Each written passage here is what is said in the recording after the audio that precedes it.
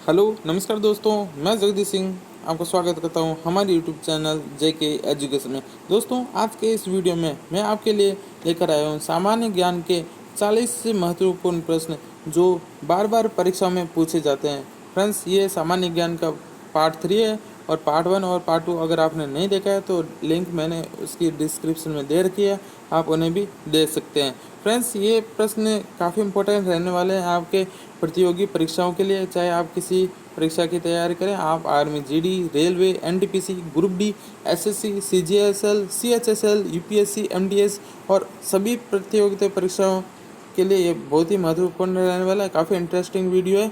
आप इस वीडियो को बिना स्किप किए लास्ट तक देखिए। चलिए बिना वेस्ट के टाइम शुरू करते हैं आज का पहला प्रश्न। पहला प्रश्न है फ्रेंड्स, ये रहा आपके स्क्रीन के सामने।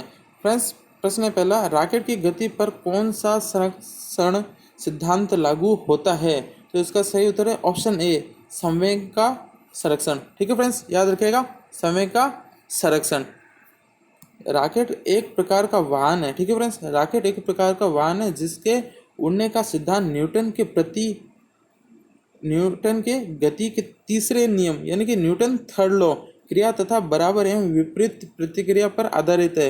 Newton third law, every action is a equal and opposite reaction. You know very well about that, what is the Newton third law. Okay friends, तेज गति से गर्म वायु को पीछे की ओर फेंकने पर रॉकेट को आगे की दिशा में समान अनुपात का बल मिलता है। याद रखिएगा। प्रश्न नंबर दूसरा देख लेते हैं।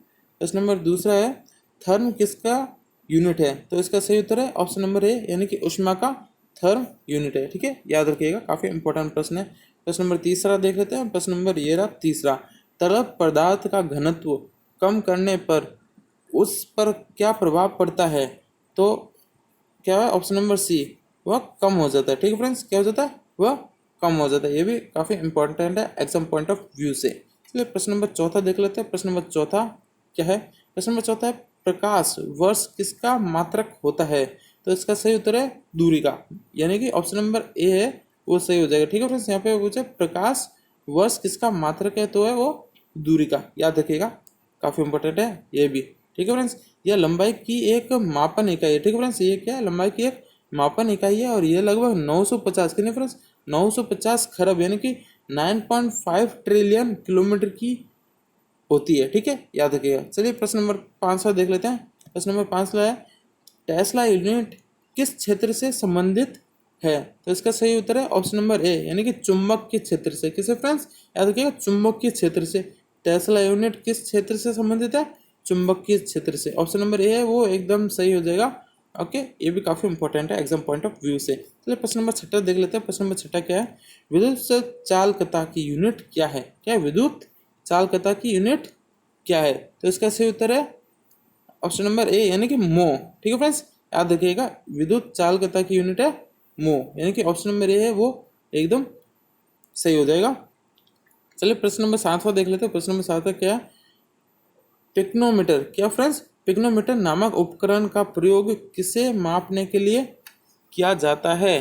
तो जल्दी से जवाब बताइए कमेंट बॉक्स में। तो इसका सही उत्तर है घनत्व मापने के लिए। फ्रेंड्स, क्या? घनत्व। ठीक है फ्रेंड्स, डेंसिटी। याद रखिएगा, काफ़ी इंपॉर्टेंट है ये भी।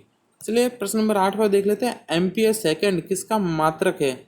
एम्पियर सेकंड किसका मात्रक है? इसका सही उत्तर है आवेश की मात्रा का। ठीक है फ्रेंड्स, आवेश की मात्रा का। और हाँ फ्रेंड्स, अगर आप हमारे चैनल में नए आए तो प्लीज़ इसे सब्सक्राइब कर बेल आइकन को दबा दें ताकि हमारे आने वाली वीडियो की सारी नोटिफिकेशन आपको टाइम टू टाइम मिलती रहे और आपके लिए हेल्पफुल रहेगा ये पूरा चैनल। चलिए अगला प्रश्न देख लेते हैं। प्रश्न नंबर 9 क्या है? कहता है, प्रश्न नंबर 9 है, इलेक्ट्रॉन वोल्ट किसका मात्रक है? क्या इलेक्ट्रॉन वोल्ट किसका मात्रक है? तो इसका सही उत्तर हो जाएगा ऊर्जा का। ठीक है फ्रेंड्स, ऑप्शन नंबर ए बिल्कुल सही हो जाएगा। इलेक्ट्रॉन वोल्ट किसका मात्रक है? वो ऊर्जा का मात्रक है। चलिए प्रश्न नंबर 10वां देख लेते हैं। प्रश्न नंबर 10वां क्या कहता है? प्रश्न नंबर 10वां है, क्या कारण है कि मेघाच्छन्न रात की अपेक्षा निर्मल रात अधिक ठंडी होती है? तो इसका कारण क्या है? वह ऑप्शन नंबर बी, यानी कि विकिरण के कारण। ठीक है फ्रेंड्स, तो वो होते हैं अधिक रात ठंडी हो जाती है। किसके कारण? विकिरण के कारण। याद रखिएगा, ये भी काफ़ी इंपॉर्टेंट प्रश्न है। प्रश्न नंबर 11 देख लेते हैं। द्रव तापमापी की अपेक्षा गैस तापमापी अधिक संवेदी होता है क्योंकि गैस इसका सही उत्तर है ऑप्शन नंबर ए, यानी कि द्रव की अपेक्षा अधिक प्रसार करती है। ठीक है फ्रेंड्स, ये भी याद रखिएगा, काफी इंपॉर्टेंट। जो गैस है वो द्रव की अपेक्षा अधिक प्रसार करती है। ठीक है, चलिए अगला प्रश्न देख लेते हैं। प्रश्न नंबर 12 क्या कहता है, सर्वोत्तम ऊष्मा सूचालक है। तो इसमें ऑप्शन ए है पारद का, ऑप्शन बी है ऊष्मा का, ऑप्शन सी है गति का, ऑप्शन डी है गोले का। तो इसका सही उत्तर है ऑप्शन नंबर ए, यानी कि पारद का। सर्वोत्तम ऊष्मा सूचालक है वो पारद। ठीक है फ्रेंड्स, याद रखिएगा, ये भी काफी इंपॉर्टेंट है एग्जाम पॉइंट ऑफ व्यू से। चलिए अगला प्रश्न देख लेते हैं। प्रश्न नंबर 13, ऑटोमोबाइल यानी कि मोटर कारों में हाइड्रोलिक ब्रेकों के कार्य कारण पर कौन सा नियम लागू होता है। तो इसका सही उत्तर है ऑप्शन नंबर बी, यानी कि पास्कल लॉ का। ठीक है फ्रेंड्स, हाइड्रोलिक जो ब्रेक है उस पर किस पे कौन सा नियम काम करता है, पास्कल लॉ। ठीक है फ्रेंड्स, ये भी काफी इंपॉर्टेंट है एग्जाम पॉइंट ऑफ व्यू से, याद रखिएगा। प्रश्न नंबर 14 देख लेते हैं। प्रश्न नंबर 14 है, बस में ड्राइवर के पास लगा दर्पण होता है। तो ये आपको पता है ना कौन सा दर्पण होता है। ऑप्शन नंबर ए है उत्तल दर्पण, ऑप्शन बी है सामान्य दर्पण, ऑप्शन सी है अवतल दर्पण और ऑप्शन डी है कैमरा। तो इसका सही उत्तर ऑप्शन ए, यानी कि उत्तल दर्पण हो जाएगा। जो बस में ड्राइवर के पास में जो साइड में होता है, जो अपन जिसके अपन पीछे देख सकते हैं, तो वो कौन सा दर्पण लगा होता है, उत्तल दर्पण लगा होता है। ठीक है फ्रेंड्स, याद रखिएगा, काफ़ी इंपॉर्टेंट है। कारों, ट्रकों और बसों तथा टू व्हीलर्स में ड्राइवर की बगल में जो दर्पण लगा होता है, जो साइड में लगा होता है, वह अवतल दर्पण होता है, जो गोलीय शीशे के अंदर वाली यानी दबे सतह पर परावर्तक पॉलिश कर दिया जाता है और उभरा भाग चमकीला होता है, जिसमें हम कोई परछाई देखते हैं तो उसे अवतल दर्पण कहते हैं, लगा होता है, ताकि पीछे से आ रही गाड़ियों के सीधे प्रतिबिंब हम देख सकें। ठीक है फ्रेंड्स, ये भी काफ़ी इंपॉर्टेंट प्रश्न है। चलिए अगला प्रश्न देख लेते हैं। अगला प्रश्न क्या है, प्रश्न नंबर 15, हीरे की चमक का क्या कारण होता है। जो हीरे चमकते हैं वो किस कारण चमकते हैं। तो इसका सही उत्तर है ऑप्शन नंबर बी, यानी कि प्रकाश का जो आंतरिक परावरण है उसके कारण है जो हीरे हैं वो चमकते हैं। तो ऑप्शन नंबर जो बी है वो एकदम करेक्ट हो जाएगा। चलिए प्रश्न नंबर देख लेते हैं 16। प्रश्न नंबर 16 क्या है, प्रश्न नंबर 16 है, निम्न में से कौन सा मादक द्रव्य नहीं है। तो इसका सही उत्तर है ऑप्शन नंबर डी, यानी कि धूम्रपान। ठीक है फ्रेंड्स, याद रखिएगा।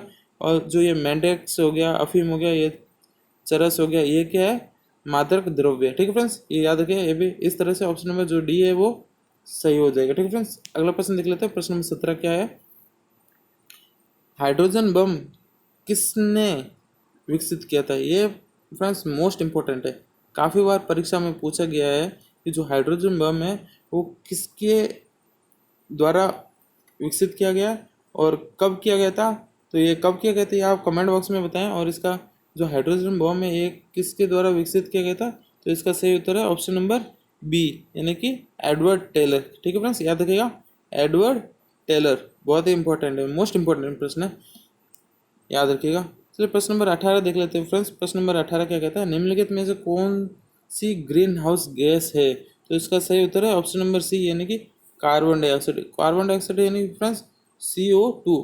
कार्बन यानी कि इसका मॉलिक्यूल और वो क्या कितना होता है वो आप मेरे को बताएंगे। मॉलिक्यूल नंबर क्या होता है, ऑक्सीजन का क्या होता है, ये O2 क्या होता है। ठीक फ्रेंड्स, चलिए अगला प्रश्न देख लेते हैं। प्रश्न नंबर 19 क्या कहता है, प्रश्न नंबर 19 ये रहा आपके स्क्रीन के सामने, प्रकाश का वेग सबसे पहले किसने मापा था। ठीक है फ्रेंड्स, तो ऑप्शन नंबर ए है न्यूटन, ऑप्शन बी है रोमर, ऑप्शन सी है हाकिंस, ऑप्शन डी है डॉक्टर बाबा। तो इसका सही उत्तर हो जाएगा ऑप्शन नंबर बी, यानी कि रोमर। जो प्रकाश का वेग है वो सबसे पहला किसने मापा था, वो रोमर ने मापा था। ठीक है फ्रेंड्स, याद रखिएगा, रोमर ने मापा था। 1670 में डेनिश खगोल वैज्ञानिक ओल रोमर ने यह सिद्ध किया कि प्रकाश का वेग कम परंतु परिमित होता है। इसके पहले वे माना जाता था कि प्रकाश शून्य समय में ही दूरी तय कर लेता है। ठीक है फ्रेंड्स, काफ़ी इंपॉर्टेंट प्रश्न है, याद रखिएगा, किसने, रोमर ने। चलिए अगला प्रश्न देखते हैं। प्रश्न नंबर 20 क्या कहता है, प्रश्न नंबर 20 है, फाउंटेन पेन किस नियम पर काम करता है। तो इसका सही उत्तर है ऑप्शन नंबर ए, यानी कि कोशिका क्रिया पर। ठीक है फ्रेंड्स, कोशिका क्रिया पर फाउंटेन पेन काम करता है। चलिए प्रश्न नंबर 21 देख लेते हैं, रात में तारे क्यों चमकते हैं। ये फ्रेंड्स बहुत बार परीक्षा में पूछा जाता है, काफ़ी इंपॉर्टेंट प्रश्न है। कि रात में तारे क्यों चमकते हैं, आखिर क्या कारण होता है, what is the reason behind them, why the star are more twinkling in the nights. तो इसका सही उत्तर है ऑप्शन नंबर ए, यानी कि अनेक अपवर्तन के कारण। ठीक है फ्रेंड्स, अनेक अपवर्तन के कारण जो रात में है वो तारे चमकते हैं। तो ऑप्शन ए है वो एकदम सही हो जाएगा। चलिए अगला प्रश्न देख लेते हैं। प्रश्न नंबर 25 क्या है? प्रश्न नंबर 25 है फ्रेंड्स, प्रकाश को सूर्य से पृथ्वी तक पहुंचने में कितना समय लगता है? तो इसका सही उत्तर है ऑप्शन नंबर बी, यानी कि 8.3 मिनट। क्या फ्रेंड्स? 8.3 मिनट। प्रकाश को सूर्य से पृथ्वी पर पहुंचने में 8.3 मिनट लग जाता है। ठीक फ्रेंड्स, याद रखिएगा, काफ़ी इंपॉर्टेंट प्रश्न है एग्जाम पॉइंट ऑफ व्यू से। चलिए अगला प्रश्न देख लेते हैं। प्रश्न नंबर 26 क्या कहता है? एक सामान्य नेत्र के लिए सुस्पष्ट दृष्टि की न्यूनतम दूरी क्या है? तो इसका सही उत्तर है ऑप्शन नंबर ए, यानी कि 25 सेंटीमीटर। ठीक है फ्रेंड्स, याद रखिएगा 25 centimetre, 25 centimetre minimum distance. Okay, अगला प्रश्न देख लेते हैं। प्रश्न नंबर 27 क्या कहता है? प्रश्न नंबर 27 आपके स्क्रीन के सामने, लैंप की बत्ती में तेल किसके कारण ऊपर उड़ता है? ठीक है फ्रेंड्स, याद रखिएगा, लैंप की बत्ती में तेल किसके कारण ऊपर उड़ता है। ये काफ़ी बार परीक्षा में ये पूछा गया, पिछली बार ये एसएससी सीजीएसएल और सीएचएसएल में पूछा गया था। तो इसका सही उत्तर है ऑप्शन नंबर ए, यानी कि केसिकीय घटना के कारण ऊपर उड़ता है। ठीक फ्रेंड्स, याद रखिएगा, काफ़ी बार पूछा गया। जो रुई की बत्ती में बनी असंख्य केस नलियां में केशिकत्व के कारण तेल ऊपर उड़ता रहता है। ठीक है फ्रेंड्स, याद रखिएगा। चलिए अगला प्रश्न देख लेते हैं। प्रश्न नंबर 28 क्या कहता है? निकट दृष्टि दोष या मायोपिया को किस लेंस का प्रयोग करने ठीक किया जा सकता है? ठीक है फ्रेंड्स, जो निकट दृष्टि है, जो निकट दृष्टि दोष या जिसे अपन फ्रेंड्स मायोपिया बोलते हैं, मायोपिया को किस लेंस का प्रयोग करके ठीक यानी रेक्टिफाई किया जा सकता है? तो इसका सही उत्तर है ऑप्शन नंबर बी, यानी कि अवतल लेंस। ठीक है फ्रेंड्स, याद रखिएगा, ऑप्शन नंबर बी यहाँ पे करेक्ट हो जाएगा 28 क्वेश्चन का। चलिए अगला प्रश्न देख लेते हैं। प्रश्न नंबर 29, ये रहा आपके सामने, मायोपिया का दूसरा नाम है। तो इसका सही उत्तर है समीप दृष्टि। ठीक है फ्रेंड्स, मायोपिया है, उसका दूसरा नाम क्या है? समीप दृष्टि। ये काफ़ी बार परीक्षा में पूछा गया। और इसको रेक्टिफाई करने के लिए कौन सा मिरर यूज़ करते हैं? तो ये आप स्पेक्टिकल यूज़ करते हैं, कमेंट बॉक्स में बताएंगे। चलिए अगला प्रश्न देख लेते हैं। प्रश्न नंबर 30 क्या है? प्रश्न नंबर 30 है, वह कौन सा प्रकाशीय उपकरण है जिसके माध्यम से दूर की वस्तुओं को नज़दीक से देखा जा सकता है? तो इसका सही उत्तर है ऑप्शन नंबर बी, यानी कि दूरबीन। ठीक है फ्रेंड्स, दूर की वस्तु को नज़दीक से देखा जा सकता है किसके माध्यम से? दूरबीन के माध्यम से। ये भी काफ़ी इंपॉर्टेंट प्रश्न है। प्रश्न नंबर 31 देख लेते हैं। प्रश्न नंबर 31 क्या है? किसी बांध की दीवार यानी नींव आधार पर अधिक चौड़ी होती है क्योंकि इसका क्या कारण है? तो उसका कारण है दाब को सहन कर सकती है। ठीक है फ्रेंड्स, याद रखिएगा, ऑप्शन नंबर ए यहाँ पे करेक्ट हो जाएगा। प्रश्न नंबर 32 देख लेते हैं। प्रश्न नंबर 32 है, न्यूटन का पहला गति नियम संकल्पना देता है। तो इसका सही उत्तर हो जाएगा जड़त्व का। ठीक है फ्रेंड्स, जो न्यूटन का फर्स्ट लॉ है वो किस पर डिपेंड करता है? जड़त्व का। ठीक है फ्रेंड्स, लॉ ऑफ इनर्शिया। यहाँ पे न्यूटन का प्रथम नियम यानी कि लॉ ऑफ इनर्शिया यानी जड़त्व का नियम, वस्तु अपनी व्यवस्था या एक सीधे में एक स्वरूप गत्यावस्था में एक तब तक रहती है जब तक ब्रह्मा यानी बल यानी कि कोई भी एक्सटर्नल फोर्स द्वारा उसकी विरामावस्था या गत्यावस्था में कोई परिवर्तन न लाया जाए। वस्तु के विराम की अवस्था इनर्शिया का बोध होता है। चलिए अगला प्रश्न देख लेते हैं। प्रश्न नंबर 33, कुंवारा किस सिद्धांत पर काम करता है? तो इसका सही उत्तर है ऑप्शन नंबर बी, यानी कि बर्नौली सिद्धांत पर। ठीक है फ्रेंड्स, याद रखना, बर्नौली प्रिंसिपल कुंवारा है वो काम करता है। प्रश्न नंबर 34 देख लेते हैं फ्रेंड्स।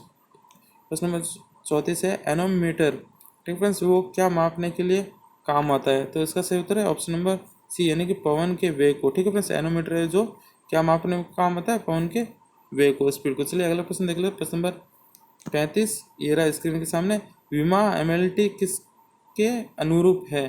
तो इसका सही उत्तर हो जाएगा ऑप्शन नंबर बी, यानी कि बल के अनुरूप है। ठीक है फ्रेंड्स, विमा एमएलटी। अगला प्रश्न देख लेते हैं। प्रश्न नंबर 36, प्रश्न नंबर 36 है, पानी से निकालने पर शेविंग ब्रश के बाल आपस में चिपक जाते हैं, इसका क्या कारण है? काफ़ी बार परीक्षा में पूछा गया फ्रेंड्स। ये पिछली बार एमईएस में और एमटीएस में पूछा गया था, काफ़ी बार ये कभी परीक्षा में पूछा गया है। तो इसका सही उत्तर क्या है? Option number B. ठीक है फ्रेंड्स, पृष्ठ तनाव के कारण वो आपस में चिपक जाते हैं, काफ़ी इंपॉर्टेंट है। प्रश्न नंबर देख लेते हैं अगला 37 क्या कहता है? तड़ित किसके द्वारा उत्पन्न होती है? इसका सही उत्तर है विद्युत विसर्जन। ठीक है फ्रेंड्स, विद्युत विसर्जन के कारण तड़ित वो उत्पन्न होते हैं। काफी इंपॉर्टेंट प्रश्न है फ्रेंड्स। तड़ित सज्जा के बादलों में विद्युत आवेश उत्पन्न होता है।